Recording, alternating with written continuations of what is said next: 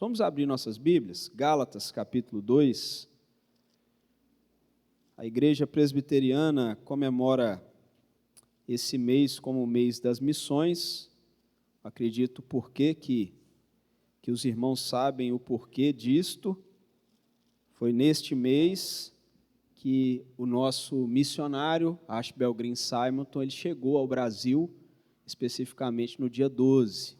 E por isso nós comemoramos no mês de agosto, o mês das missões, e ele que veio fazer missões. Então a nossa igreja, ela começa com missão e ela tem na sua vocação a missão.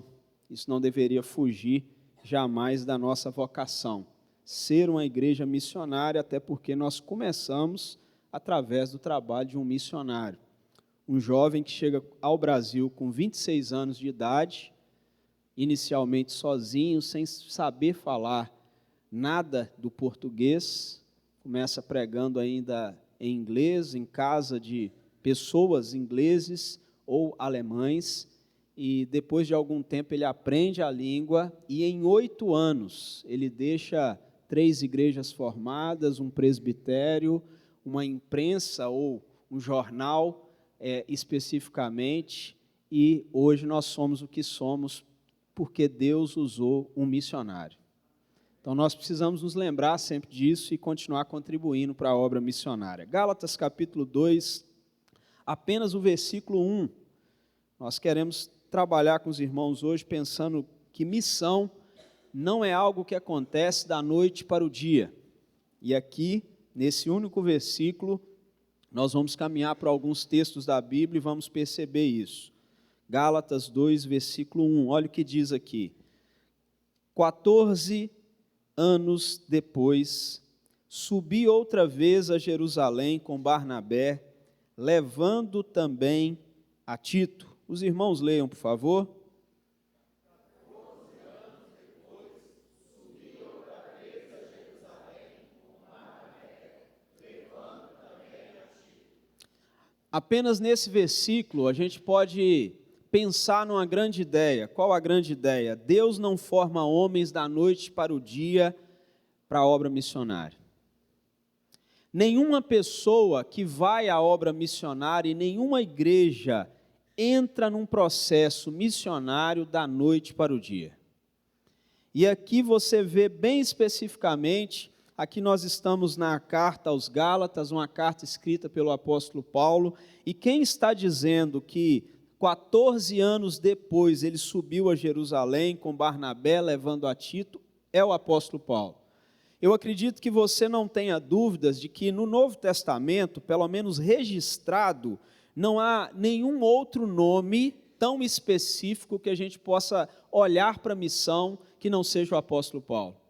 Todas as vezes que você olha para a Bíblia e para todas essas cartas escritas, você se lembra do apóstolo Paulo como o grande missionário do Novo Testamento. Claro, Pedro também, ele fez esse caminho missionário, só que Pedro, especificamente, ele estava ali junto com um grupo mais específico, mais próximo dele, enquanto Paulo, ele era um missionário que ia a outras terras. E parece, ao que tudo indica, que o grande desejo do coração do apóstolo Paulo era ir até os confins da terra. E você percebe isso em cada uma das suas viagens, em cada uma das suas caminhadas. E quando nós dizemos aqui que Deus não forma homens da noite para o dia para realizar a tua obra, nós precisamos nos lembrar de alguns personagens. Quais são eles? Primeiro, lembre-se de Moisés. Moisés, ele viu a sarça ardente depois de 80 anos. Ele passa 40 anos no Egito, 40 anos no deserto, e quando ele estava com 80 anos de idade, Deus o chama. Ele morre com 120.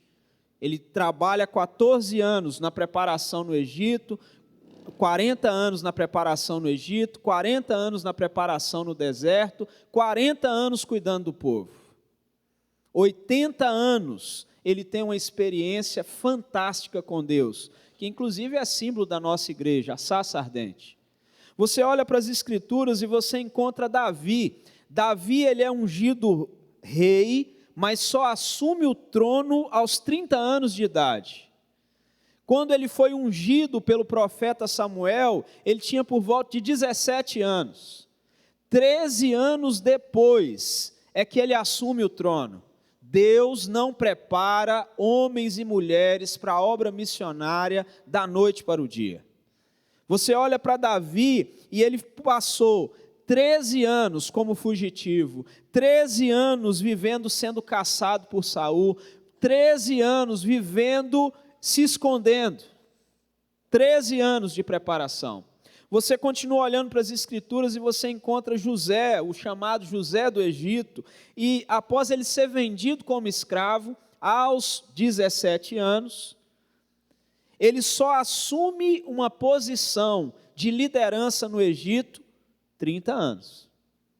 Mas 13 anos como escravo, 13 anos como mordomo, 13 anos como presidiário.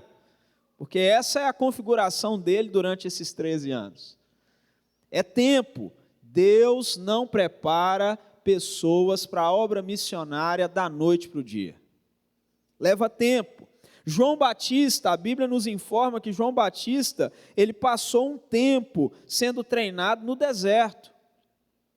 Ele passou um tempo de preparação, antes de assumir um ministério, que era um ministério muito desafiador, pregar a mensagem do arrependimento, o evangelho do arrependimento.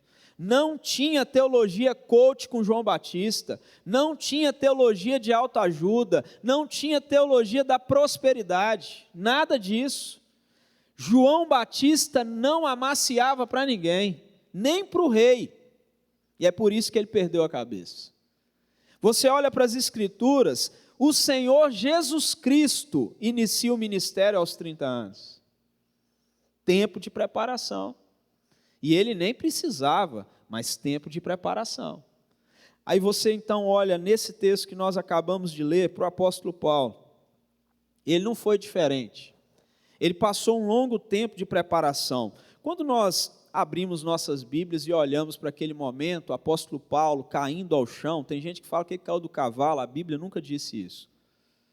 Diz que ele caiu ao chão. E quando ele cai ao chão, e ele pergunta ou procura saber que voz é aquela, e o Senhor Jesus Cristo fala com ele, o chama de perseguidor da igreja, ele então tem um encontro com Cristo. Nós sempre imaginamos que a partir daquele momento o apóstolo Paulo se torna o grande missionário que foi, que sai por aí viajando, abrindo igrejas e fazendo todo o trabalho. Ele é, sem dúvidas, como eu disse aqui, a maior referência que nós temos de missionário, aqui pelo menos registrado no Novo Testamento, mas o que a Bíblia registra do apóstolo Paulo é que ele não foi um missionário formado da noite para o dia. Ele passou um tempo, que podemos chamar até de tempo no anonimato, escondido, um tempo de preparação. João Calvino, por exemplo, ele diz que pastores e missionários devem ser bem preparados. Como? Então ele define, pastores e missionários devem ser bem preparados nas Escrituras, com a compreensão profunda da teologia e uma vida caracterizada pela santidade e pela humildade. Tem que haver preparação. Para João Calvino, por exemplo, todo cristão, aí ele agora envolve toda a igreja, todos nós que estamos aqui, todo cristão tem a responsabilidade de compartilhar o evangelho, e o principal meio de todo cristão compartilhar o evangelho é a partir da sua vida diária, do testemunho individual, bem mais do que um movimento, um encontro, um dia especial organizado para fazer missões. Então, missões não é um evento, missões é o modus operandi da vida de um cristão. Você é missionário no Instagram, por isso, dependendo daquilo que você posta, você faz um péssimo serviço ao evangelho. Dependendo do que você posta, da exposição física, do seu corpo, da praia, dos lugares onde você vai, você é um secretário de Satanás e não de Cristo. Você não divulga o evangelho. Dessa forma, não. Mas o crente, ele é crente na vida social, na rede social, com os amigos. Ele não pode ser crente só aqui na igreja. Ele não pode ser crente só aqui. O testemunho dele precisa ser completo. Em qualquer lugar onde ele for, em qualquer lugar da atmosfera onde há um cristão, ele é um agente missionário. Quem também afirma isso é Charles Spurgeon, conhecido como o príncipe dos pregadores. Ele diz o seguinte: todo cristão, ou ele é um missionário, ou ele é um impostor. Só tem um lugar para todo cristão: ou ele é um missionário que prega a palavra, que prega o evangelho, ou ele é um impostor. O que nós podemos então, meus irmãos, saber desse tempo de preparação no anonimato lá do apóstolo Paulo? O que nós podemos pensar? Primeiro, que missão não é da noite para o dia. Ele não saiu por aí sendo um missionário da noite para o dia. Esse tempo do apóstolo Paulo está todo registrado aqui em Gálatas. Gálatas capítulo 1, Gálatas capítulo 2. E nós vamos caminhar por aqui para aprender como é que foi esse tempo de preparação do apóstolo Paulo, para pensar que Deus não prepara grandes pessoas para a obra missionária da noite para o dia. Não é alguém que na igreja de repente disse: eu tenho um grande desejo de ser um missionário, por favor, me envie para missões. Eu tenho um grande desejo de ser um pastor, por favor, me unja pastor. Diga que eu vou fazer esse serviço, mas eu não tenho muito tempo, eu não quero me preparar muito, o meu tempo é curto, então eu quero ser um missionário e ser um missionário agora. Quando nós olhamos aqui, por exemplo, Gálatas 1, versículo 17, vamos caminhar um pouco aqui nas Escrituras. Diz assim: nem subi a Jerusalém para os que já eram apóstolos antes de mim, mas parti para as regiões da Arábia e voltei outra vez para Damasco. Primeiro, o apóstolo Paulo diz o seguinte: eu passei algum tempo na Arábia e em Damasco. Que tempo é esse? Quanto tempo isso durou? Aqui nós vamos ver registrados que isso durou cerca de 3 anos. 3 anos onde ele não subiu para Jerusalém, não procurou os apóstolos que eram antes dele, mas ele foi para um lugar deserto para passar um tempo com Deus, um tempo de preparação. Olha o verso 18: decorridos 3 anos, então subi a Jerusalém, para avistar-me com Cefas, e permaneci com ele 15 dias. 3 anos depois. Olha o tempo de preparação, olha o tempo de anonimato. Nós sempre imaginamos assim: o apóstolo Paulo caiu ao chão, ouviu a voz, recebeu o evangelho, começou a fazer missões. 3 anos depois, subiu a Jerusalém. O texto continua, olha o que diz aí Gálatas 1, 21 e 22. Depois fui para as regiões da Síria e Sicília, e não era conhecido de vista das igrejas da Judéia. As pessoas ainda não tinham visto o apóstolo Paulo. Eles não sabiam, de vista não, só tinham notícia. Converteu, o perseguidor converteu. Eu não era conhecido da vista das igrejas das Judéias que estavam em Cristo. Olha o verso 23. Ouviam somente dizer, o que eles ouviam? Lê por favor os irmãos. Aquele...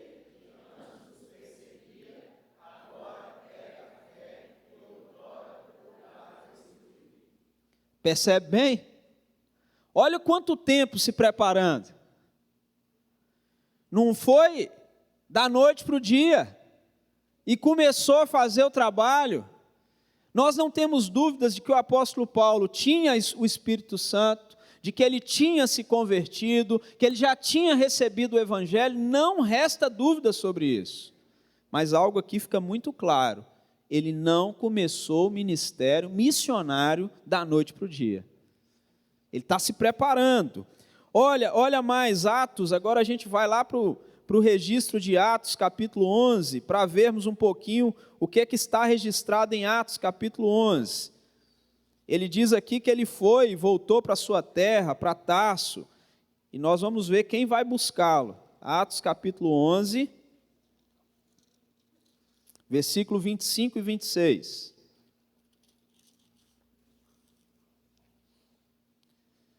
Diz o texto assim: partiu Barnabé para Tarso à procura de Saulo. Tendo encontrado, levou-o para Antioquia, e por todo um ano se reuniram naquela igreja e ensinaram numerosa multidão. Em Antioquia foram os discípulos pela primeira vez chamados cristãos. Nós estamos falando de uma longa caminhada. Alguém foi lá buscá-lo. Estando em Antioquia, ele ensinava os gentios ali, diz o texto, por pelo menos um ano, quando chega um tal de um profeta. Olha o verso 27 em diante, diz assim: naqueles dias desceram alguns profetas de Jerusalém para Antioquia, e apresentando-se um deles, chamado Ágabo, dava a entender pelo Espírito que estava para vir grande fome por todo o mundo, a qual sobreveio nos dias de Cláudio. Olha que interessante, os discípulos, cada um conforme as suas posses, resolveram enviar socorro aos irmãos que moravam na Judéia, o que eles com efeito fizeram, enviando aos presbíteros por intermédio de Barnabé e de Saulo. Agora começa uma caminhada diferente. Estava ali na igreja ensinando, agora ele sobe em obediência a uma revelação, mas a gente vai voltar lá para Gálatas. Balança sua Bíblia aí de novo, ou o seu aplicativo, e volta para Gálatas, capítulo 2, versículo 2. Acabou de ler em Atos que eles foram, Barnabé e Saulo, enviados de acordo com aquela profecia. Olha o versículo 2. Subi em obediência a uma revelação, e lhes expus o evangelho que prego entre os gentios, mas em particular aos que pareciam de maior influência, para que de algum modo não correr ou ter corrido em vão. Então, tinha uma revelação, o apóstolo Paulo então sobe para pregar o evangelho, e ele quer fazer isso, mas ele não quer correr em vão. Aí nós voltamos para o nosso verso 1, que diz assim: 14 anos depois, provavelmente, do encontro de Paulo com Cristo, lá no caminho de Damasco, 14 anos depois, ele volta, ele sobe para Jerusalém com Barnabé, e o que acontece lá está aqui no capítulo 13 de Atos.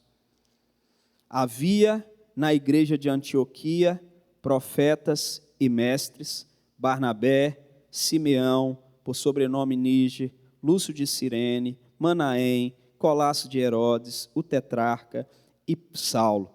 E servindo eles ao Senhor e jejuando, disse o Espírito Santo: separai-me agora, Barnabé e Saulo, para a obra que os tenho chamado. Então, jejuando, orando e impondo sobre eles as mãos, os despediram. A partir daqui começa a primeira viagem missionária. Missão não se faz da noite para o dia. Quanto tempo depois? No mínimo, pelo que lemos, 14 anos depois. Nós sempre olhamos para o apóstolo Paulo ou para os registros bíblicos e pensamos assim: nossa, mas 14 anos depois, Paulo? Sim, e eu vou até te dizer com mais ciência, se Paulo precisou de 14 anos, imagina muitos outros que nós, de forma precipitada, enviamos. Por isso se perdem no caminho, por isso não dão conta. E o próprio apóstolo Paulo é que registra e nos alerta dizendo: não imponha a mão precipitadamente sobre as pessoas. Não faça a obra de Deus de forma precipitada, de forma apressada, porque a obra de Deus não pode ser feita de qualquer maneira. Ela não é feita da noite para o dia. Você vai olhar para as Escrituras e depois da fundação de várias igrejas, é que eles vão para o concílio de Jerusalém, lá em Atos 15, já formou várias igrejas. Surge uma controvérsia na igreja sobre a circuncisão dos gentios. O apóstolo Paulo, então, volta para um concílio lá em Jerusalém, para conversar com os apóstolos sobre aquela controvérsia, e veja bem, Deus não forma gente da noite para o dia. Nós estamos falando de um dos nomes mais importantes registrados na Bíblia, da obra missionária, e o apóstolo Paulo foi quem ele foi, em primeiro lugar, porque tinha Jesus, mas foi quem foi porque se preparou. Porque teve preparo diante de Deus. E é importante, irmãos, que provavelmente o apóstolo Paulo tinha muitas dúvidas no coração. Imagine bem, alguém que perseguia o povo de Deus, supostamente em nome de Deus, quando se converte, provavelmente ele tem muitas dúvidas. Ele tem muitas dúvidas porque ele conhecia ou tinha uma relação com a figura de Deus no Antigo Testamento.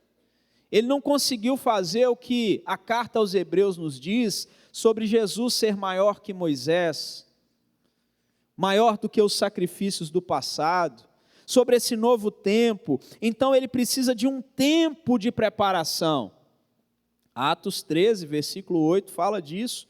Olha aqui, diz o texto que: mas opunha-se-lhes Elimas, o mágico, porque assim se interpreta o seu nome, procurando afastar da fé o procônsul. Todavia Saulo, também chamado Paulo, cheio do Espírito Santo, fixando nele os olhos, disse: ó filho do diabo.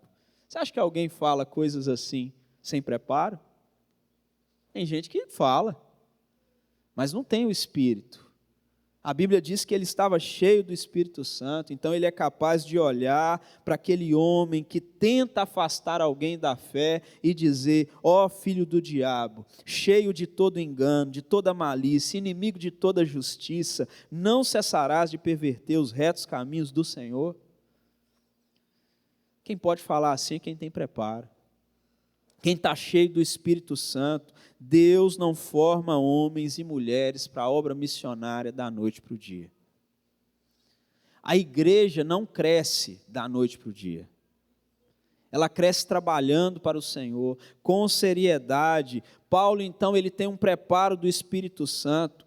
Nós podemos até usar esse registro aqui e dizer o seguinte: nesse tempo que Paulo fica de preparo, era pouca mídia e muito trabalho. Pouca mídia e muito trabalho. Às vezes a gente corre o risco de mostrar muita mídia e trabalhar pouco. Nós queremos mostrar muitas coisas da nossa vida, nós queremos apresentar para as pessoas muitas coisas da nossa vida, mas trabalhar mesmo, zero. Como acontece nesse período que nós estamos vivendo agora, um período de política. Eu acredito que aqui também seja assim. Um vereador que você nunca viu durante os últimos 4 anos, de repente ele começa a aparecer numa praça, abraçando as pessoas na feira, tirando foto, entregando uma cesta básica. Ele começa. Ele não apareceu durante todo esse período. Eu não estou dizendo que deveria aparecer, deveria trabalhar mesmo, mas de repente assim ele precisa agora mostrar serviço de alguma forma. Deus não nos chamou para esse tipo de evangelho, nos chamou para um evangelho onde há preparo sério diante de Deus. Olha lá Gálatas capítulo 1, versículo 15 a 17.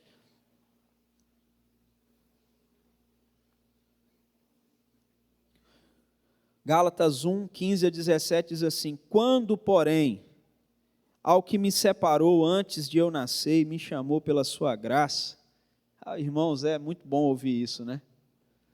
Porque as pessoas não conseguem às vezes compreender esse evangelho da graça maravilhoso que nos separa antes de nascer. E ele diz aqui, ó: quando, porém, ao que me separou antes de eu nascer e me chamou pela sua graça, aprove revelar seu Filho em mim, para que eu o pregasse entre os gentios, sem detença. Não consultei carne e sangue, nem subi a Jerusalém para os que já eram apóstolos antes de mim. Ele está falando do tempo de preparação dele. Ele não foi lá para Jerusalém conversar com nenhum apóstolo, não consultou carne nem sangue, ele já conhecia. Nós temos ciência de que o apóstolo Paulo era um erudito. Ele foi criado aos pés de quem? É um nome bonito, né? Dá até para colocar nos filhos, né? Gamaliel. Que é aquele mesmo homem que diz assim: se for de Deus, vai continuar. Quando os sacerdotes se reúnem para dizer assim, vamos perseguir esse povo, ele fala, olha, se for de Deus, vocês não vão conseguir deter isso não. Ele foi criado aos pés de alguém com conhecimento, ele não consultou nem carne, nem sangue, nem foi para os apóstolos, mas ele partiu para uma região chamada Arábia e voltou outra vez para Damasco. Tempo de preparação. Sabe o que isso importa para nós? Olhar para o apóstolo Paulo e para esse tempo tão grande de preparação e entender o seguinte: o Espírito Santo preparou o apóstolo Paulo. E preparou de forma profunda. Quando você olha para alguns escritos nesse sentido, Charles Swindoll, por exemplo, que escreveu um livro chamado, tem aquela série Heróis da Fé, e entre os heróis da fé ele tem Saulo ou Paulo, um homem de coragem e graça. Ele diz o seguinte: se ele não consultou nenhum cristão, nenhum apóstolo, nem os líderes em Jerusalém, de onde ele obteve o discernimento sobre a natureza e o chamado de Deus? De onde que ele tirou isso? Quem que ele buscou? Então Charles Swindoll diz, eu estou convencido de que recebeu tudo e muito mais durante aquele período de solidão, aquele período de preparo, onde ele ficou no anonimato. Ele partiu para um lugar chamado Arábia, e lá ele ficou, lugar estéril, lugar obscuro, que Paulo desenvolveu sua teologia. Tem preparo. Todo aquele que deseja fazer a obra do Senhor precisa ter um tempo de preparo. E muitas vezes nós não gostamos de pensar no preparo. Nós não gostamos da ideia de treinamento. Nós não gostamos da ideia de passar por uma reciclagem, por uma melhora. Sabe o que a Bíblia diz sobre os nossos diáconos? Tem muitos diáconos aqui hoje? Levanta a mão, por favor, os diáconos. Tem diáconos aqui. Sabe o que a Bíblia nos diz? O apóstolo Paulo falando que os diáconos devem ser antes experimentados. Não pode ser diácono da noite para o dia. Ele tem que ser experimentado. Como que você vai experimentar? No serviço, na obra de Deus na igreja. Antes dele ser diácono, ele tem que ser experimentado. Você tem que dar serviço para ele. Serviço de diácono. E que fique claro, diaconia não é trampolim para virar presbítero. Porque os dons e a vocação é diferente. Você pode tirar um excelente diácono e eleger ele presbítero e ele se tornar um péssimo presbítero. E você pode eleger um presbítero que tem a vocação de presbítero como diácono porque você acha que ele é muito novo. Ah, não, ele é muito novo. Eu acho que ele tem que pegar uma experiência ali na junta diaconal primeiro. Isso é um erro gigantesco que você não vai encontrar isso em lugar nenhum da Bíblia. Afinal de contas, então, tem que pegar os pastores que formaram com 21, 22 anos e ele tem que passar por todo esse processo também. Teria que ser assim. Mas ele tem uma vocação. A vocação diaconal é uma, a vocação presbiteral é outra, a vocação pastoral, ele está aqui no ensino, é outra. E nós precisamos perceber isso. E o apóstolo Paulo, então, diz que ele teve um tempo de preparação. Um homem que foi usado pelo Espírito Santo e, sem sombras de dúvidas, o maior missionário que temos registrado nas Escrituras. Mas eu quero, nessa noite, que você pense comigo em algumas características que marcam a vida do apóstolo Paulo como missionário. Isso vai nos ajudar quando chegar alguém na igreja nos pedindo ajuda para a obra missionária ou para o campo missionário onde ele vai. Perceba bem, quando nós olhamos para o apóstolo Paulo, existe aqui algumas características marcantes, que eu acredito que é o seguinte: essas características, elas são características que devem nortear a vida de um missionário. Aqui você encontra o seguinte: o apóstolo Paulo, ele recebeu algo de Deus especial. Eu acredito que nenhum de nós tem dúvidas disso aqui. Ele mesmo fala disso. Ele fala das suas experiências com Deus. Um homem que teve experiências tão marcantes com Deus, ele facilmente se colocaria com milhões e milhões de seguidores por aí e levaria uma multidão junto com ele. Mas nem por isso, nem porque o apóstolo Paulo foi alguém que recebeu uma revelação especial de Deus, teve um chamado especial de Deus, uma vocação especial de Deus, veja essa característica, nem por isso ele fundou uma outra denominação. Ele não olhou assim e falou assim, não, eu tenho algo especial de Deus, vou fundar outra igreja. Não acontece isso com ele. Segundo lugar, a segunda característica do apóstolo Paulo é que ele não contrariou os demais apóstolos de Jerusalém. Ele tinha total respeito pelos líderes que o Senhor tinha separado. Não tinha rebeldia nele. Ele tinha tanto conhecimento quanto os outros, capacidade quanto os outros. Quando ele precisou questionar alguém, ele questionou Pedro. E os dois conversaram, tete a tete, da forma que deveria conversar. Quando ele discordou de Barnabé, com respeito a João Marcos, mas nem por isso o apóstolo Paulo contrariou os demais apóstolos. Terceira característica que você encontra nele, ele nunca saiu em missões por conta própria. Ele foi enviado pela igreja. Ele foi separado pelo Espírito Santo. A imposição de mãos da igreja estava sobre a vida dele. Percebe? Ele podia ter pegado uma mochila e falado, eu vou fazer do meu jeito. Eu vou fazer a minha maneira. Eu entendo o que eu estou fazendo. Eu não vou dar ouvidos, não. Igreja para quê, né? Mas não, o apóstolo Paulo nunca saiu em missões por conta própria.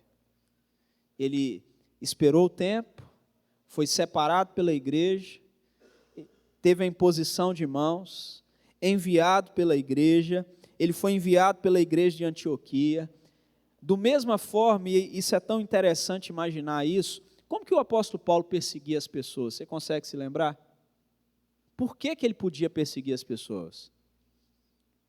Você se lembra? Porque ele tinha o quê, irmãos? Cartas de recomendação. Sabe o que ele faz agora na missão do Senhor? Ele sai para a missão do Senhor com recomendação de novo. Mas agora, levando o evangelho da forma correta, da forma certa. Ele nunca saiu para missões por conta própria. Às vezes nós corremos o risco de fazer isso, de querer fazer a nossa maneira, do nosso jeito, de qualquer jeito, sem a orientação de Deus, sem o preparo adequado, sem a condição adequada, sem a bênção adequada, sem a imposição de mãos da igreja, dizendo, você vai e Deus te abençoe, Deus seja contigo. O apóstolo Paulo passou por tudo isso. Meus irmãos, o que esse texto, tão simples das Escrituras, mas que às vezes você já passou por Gálatas várias vezes e nunca percebeu. O que esse texto tão simples nos ensina? Nós vamos tirar algumas aplicações para a nossa vida. Primeiro, Deus, como eu já disse, não forma homens e mulheres da noite para o dia. Missão não é da noite para o dia. Ashbel Green Simon teve preparo. Para você ter ideia, ele era professor, depois entrou na faculdade de Direito, passou por um avivamento, foi recebido como membro na igreja, depois ingressou no seminário. Lá no seminário ele ouviu um sermão de Charles Hodge. O coração dele ardeu pela obra missionária, ele procurou a agência missionária, colocou-se à disposição para vir para o Brasil, ficou 3 meses depois de formado no seminário, 3 meses dentro de um navio, até chegar no Brasil. Isso é preparo. Tempo. Nós precisamos de tempo. Essa é a primeira aplicação. Segunda aplicação, mesmo não sendo da noite para o dia, a grande comissão não é uma opção a ser considerada. Talvez alguém ouvindo essa mensagem diga assim, se não é da noite para o dia, então eu não vou fazer nada agora, né? A grande comissão, ela não é uma opção a ser considerada. A.W. Tozer vai dizer o seguinte: qualquer igreja que não está seriamente envolvida, seriamente comprometida em ajudar na grande comissão, ela perdeu a razão da sua existência. Perdeu. A igreja que está só envolvida em si mesma, e nós temos muitas igrejas em si mesmadas, as nossas programações, é o nosso encontro, o nosso acampamento, o nosso momento, as nossas crianças. Você já percebeu que as nossas EBFs, eu não sei se vocês fazem aqui, Escola Bíblica de Férias, estão ficando só com as crianças das nossas igrejas? Não estão vindo mais as crianças do bairro, daquele vizinho que não é crente, que você convidava para vir à igreja, falava, deixa eu levar seu filho lá hoje. É desses trabalhos, que são trabalhos missionários, nós temos lá em nossa igreja o presbítero Frank, ele começou indo a um EBF. Eram trabalhos assim, mas você vai percebendo que esses trabalhos vão ficando só para nós. Os nossos acampamentos de jovens eram, em sua maioria, para convidar pessoas não crentes, colegas dos nossos filhos, dos adolescentes da igreja, dos jovens, para ir ao acampamento, que inicialmente, lógico, iam sem essa percepção de que era um acampamento. Isso não é alçapão, era uma oportunidade de Deus de falar com eles. Mas, na maioria das vezes, nós estamos ficando só conosco.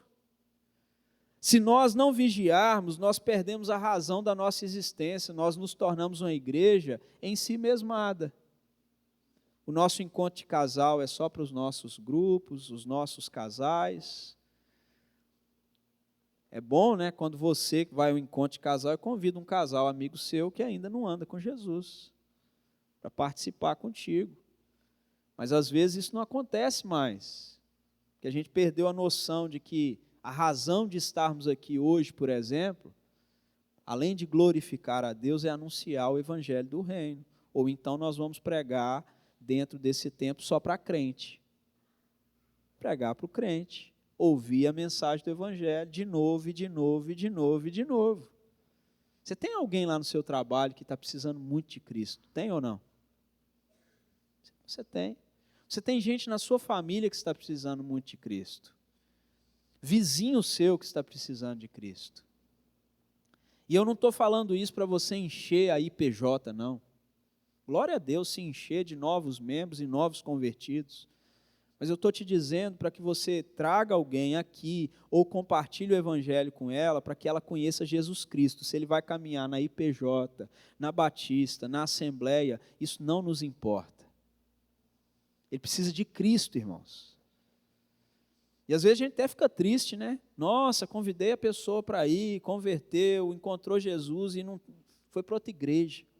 Como se a outra igreja fosse inimiga nossa. Não, irmãos, ele precisa de Jesus, e se ele encontrou Jesus, glória a Deus por isso. Uma terceira aplicação para a nossa vida é que uma igreja, irmãos, ela pode ter muitos ministérios, e eu acredito que aqui tenha.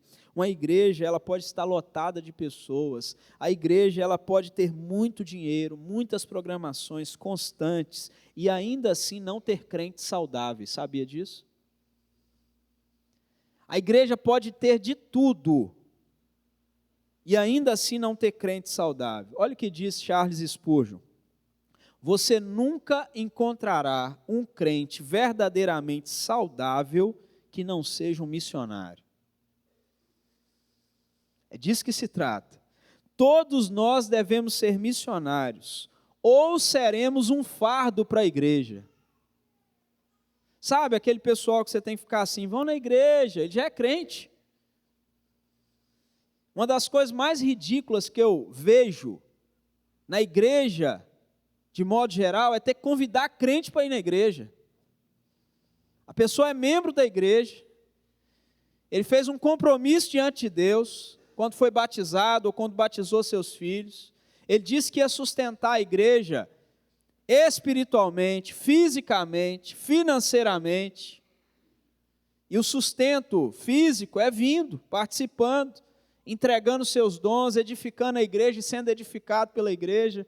É aqui que você faz isso. Aí você ter que convidar crente para vir para a igreja, animar crente para vir na igreja, é ridículo. É como a mulher e o marido convidar um ao outro para deitar na mesma cama. Absurdo. Aí vão deitar na mesma cama. Irmãos, a igreja é o lugar onde nós deveríamos ter prazer em participar, sem ninguém convidar, sem mídia, sem chamar sua atenção. Não deveria ninguém ter que ficar te ligando para você vir para a igreja. Ô irmão, vão lá na programação hoje, vai ser muito bom. Ninguém precisaria ficar falando com você todas as características de uma programação da igreja para você, em uma das características, dar um plim e falar, agora eu vou. Não, nada disso. Por quê? Porque verdadeiramente um crente saudável é um crente que participa da igreja, irmãos. Que tem prazer em vir à igreja. Um crente saudável, ele tem prazer em sentar aqui e participar do culto. Um crente saudável não cogita perder o dia da ceia do Senhor, o dia do culto público, o estar junto com os irmãos. Um crente saudável não troca o culto por um aniversário de criança. O crente saudável não troca o culto para assistir o jogo do time de futebol dele. O crente saudável não vive assim. O crente saudável, ele não deixa de vir à igreja porque chegou uma visita em casa, ele convida a visita e traz. E se a visita não quiser vir, ele pede licença e fala assim, você vai me desculpar, mas estou no horário de ir para a igreja. Ah, pastor, nossa, né, sem graça isso, né? Não, irmão, sem graça é a pessoa chegar na sua casa, perto do horário mais importante do seu domingo. Isso é sem graça. E te atrapalhar a ter um encontro comunitário com o povo de Deus para adorar a Deus. Isso é que é sem graça. E você tem que lembrar ele, olha, eu tenho um compromisso hoje. E o Deus que eu vou lá servir em comunidade é mais importante que você me desculpa. Se você achar ruim, me desculpa, mas ele é mais importante. Agora, você pode ir junto comigo. E depois volta aqui para casa, a gente pede uma pizza, se tiver dinheiro. A gente pede uma pizza. Se não tiver, a gente pega o almoço aí, faz um mexido e come. A gente continua conversando. Quarto e último lugar. Fazendo missões, irmãos, nós devemos nos lembrar que a missão das missões é aquela que já foi feita. Quando você olha para Filipenses 2, versículos 5 a 8, diz assim, tende em vós o mesmo sentimento que houve também em Cristo Jesus. Porque esse Cristo Jesus, ele mesmo subsistindo em forma de Deus, não julgou como usurpação ser igual a Deus. Pelo contrário, a si mesmo se esvaziou, assumindo a forma de servo, tornando-se em semelhança de homens, reconhecido em figura humana, a si mesmo se humilhou, tornando-se obediente até a morte de cruz. Essa é a missão das missões. Cristo Jesus já fez essa missão, irmãos, pela nossa vida. Ele já desceu do trono, veio a este mundo, então se colocou no nosso lugar, nos salvou da morte, do inferno, da perdição, e o nosso papel é continuar na mesma missão, anunciando o Evangelho. Como? Com a nossa vida. A nossa vida, o nosso testemunho. Nós temos algumas irmãs lá da nossa igreja que nos últimos meses olharam firmemente para a sua rede social e descobriram que não estavam anunciando o Evangelho pela rede social ou dando um bom testemunho. E eu fico muito feliz em saber que quando alguém agora navega pelas redes sociais dessas duas irmãs em especial, não encontram lá nada que possa ser um mau testemunho. Porque elas apagaram todas as fotos e decidiram firmemente não postar coisas que envergonham o Evangelho. Esse é um cristão que está começando a entender o que é ser um cristão saudável. Há muitos anos, quando alguém ia às nossas casas, e você vai se lembrar disso, quem é mais antigo, eu não sou tão antigo assim, mas me lembro disso. Quando as pessoas iam à sua casa, você tinha lá um álbum de fotos. E era muito engraçado que quase toda casa tinha um álbum de fotos e as pessoas sempre entregavam um álbum para alguém ver, né? Mas eu achava mais engraçado que à medida que você passava aquelas fotos, quando chegava nas fotos de praia, geralmente a pessoa da casa batia a mão e falava assim, essas daqui não. Aí passava aquelas fotos para você continuar olhando o álbum. Hoje em dia, o crente se expõe demais. E envergonha demais o evangelho de Cristo. E é difícil mesmo você pregar o evangelho quando a sua vida na mídia ou a sua vida virtual não é uma vida que preza pelo evangelho. Por isso, eu tenho feito esse convite. É muito difícil você pregar o evangelho quando lá no seu trabalho você é uma pessoa que não demonstra nenhum tipo de comportamento honesto. Quando você é a pessoa mais chata do trabalho. A pessoa mais enjoada. É difícil mesmo você divulgar o evangelho quando você é a pessoa não grata da família. Que ninguém quer conversar com você, ninguém quer tratar contigo. E às vezes você não é assim porque você é cristão, não. Às vezes você é assim porque você é um cristão ruim mesmo. Está vivendo uma vida péssima. É uma pessoa que não foi trabalhada o suficiente por Cristo. Por isso, o meu convite é, você é um missionário. É difícil ser um missionário quando você é conhecido como o fofoqueiro ou a fofoqueira da igreja, ou da rua. Você é sempre o primeiro a dar notícias nos grupos, né? De tudo que acontece. Muito difícil ser um missionário assim, né? Quando você vier falar do evangelho, ninguém ouve muito palavra de quem é maledicente. É difícil ouvir palavra boa de gente que sempre está falando mal dos outros. Então, nós precisamos mudar a nossa vida. Nós precisamos nos arrepender, nos preparar e sermos missionários. A pergunta que eu faço a você na saída desse culto é: a quem você vai pregar o evangelho? Talvez hoje ainda dê tempo. Tem gente que vai sair daqui e vai para uma lanchonete. Talvez o garçom que vai te atender precisa ouvir do evangelho. Ele precisa atender hoje, quando você estiver na lanchonete, um crente, tá bom? Ele não precisa atender o cliente mais enjoado da lanchonete, o mais impaciente da lanchonete. Ô, meu lanche aqui não chegou até agora. Não, você pode até pensar que não, mas tem muito crente que faz isso. E Deus nos chamou para sermos diferentes. Não é o comportamento de um crente. O crente precisa agir diferente. Você pode até ficar chateado, cancelar o lanche e ir embora. É melhor do que dar um mau testemunho. Então, é o chamado de Deus para nós. Será hoje que você vai compartilhar o evangelho com alguém? Qual foi a última vez que você compartilhou o evangelho com alguém? De verdade. De verdade. De forma intencional. Qual foi a última vez? Será que amanhã, lá no seu trabalho, na escola, na sua vizinhança, você terá capacidade de compartilhar o evangelho com alguém? Pensa aí num colega seu de trabalho que está determinantemente precisando de Jesus. Se ele não tem Cristo, ele precisa. Pensa em alguém que amanhã, quando chegar ao trabalho, de forma intencional, você vai orar e dizer: Senhor, me dê oportunidade de compartilhar o evangelho com esse colega meu.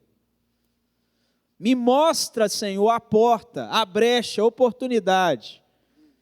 Porque, meus irmãos, até passando no pedágio dá para compartilhar o evangelho. Até naquele tempinho do pedágio, onde você está pagando ali para passar, dá para compartilhar ali. Quando você passa num pedágio. Como assim, pastor? A não ser que você tenha, né, o passe livre, se você para, você tem a oportunidade de compartilhar o evangelho. Ali tem o nome da pessoa, geralmente, na frente. Você pode ser até mais pessoal com a pessoa, né? Ô, Rafaela, boa tarde, bom dia, boa noite. Ah, vai ser como pagamento? Vai ser dessa forma.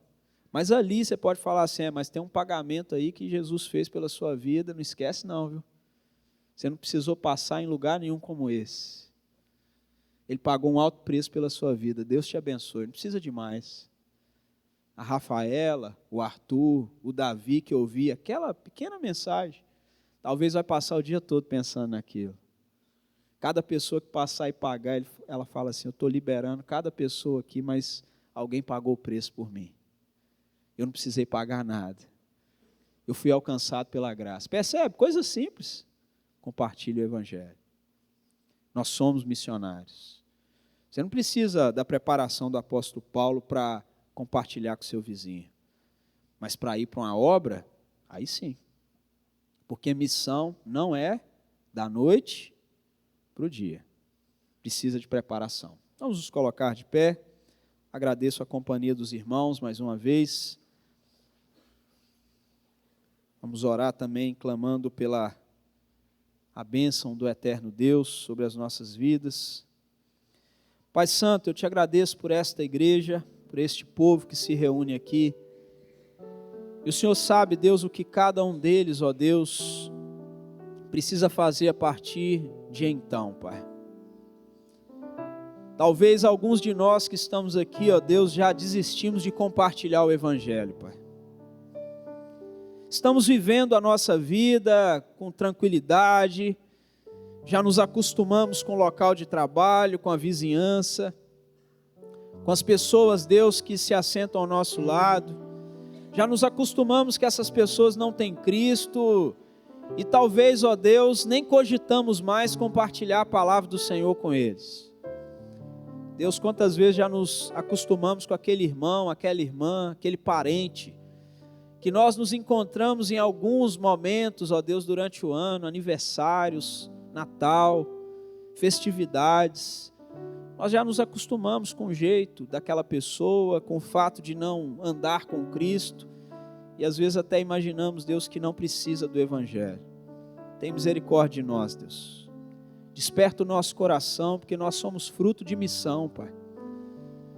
A Igreja Presbiteriana do Brasil está no Brasil, porque o Senhor moveu o coração de um jovem missionário, que veio, Deus, sem saber falar a língua, sem ter nenhum parente aqui, sem saber onde ia dormir, onde ia morar, com quem, ó Deus, iria tratar, e mesmo assim veio, Deus. Desperta o nosso coração, Deus, para fazer a missão bem perto de nós, aqueles que estão, ó Deus, ao nosso lado, andando conosco, ó Deus, em nosso dia a dia. Nos desperta, Deus. Mas Deus, nos ajude também a observarmos que missão não é da noite para o dia, e que o Senhor não prepara homens e mulheres da noite para o dia.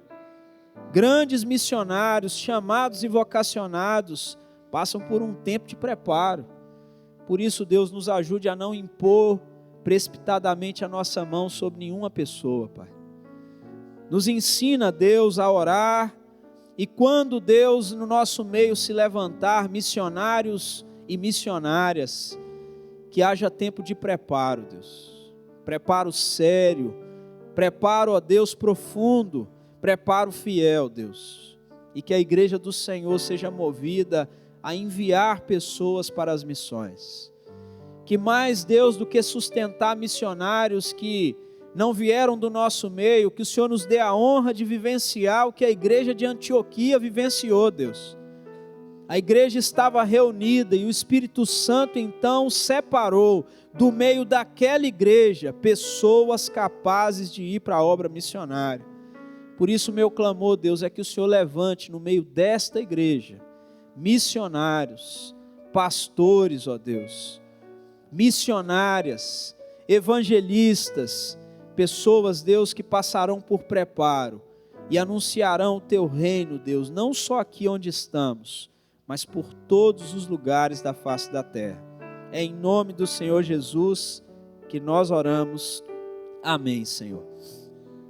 E que a graça de nosso Senhor e Salvador Jesus Cristo, o amor de Deus, o nosso bendito, glorioso e poderoso Pai, que as ternas consolações e a comunhão do Espírito Santo repouse sobre vós, povo de Deus, e sobre todo o povo de Deus espalhado pela face da terra, agora, pelos séculos dos séculos. Maranata, aleluia, amém.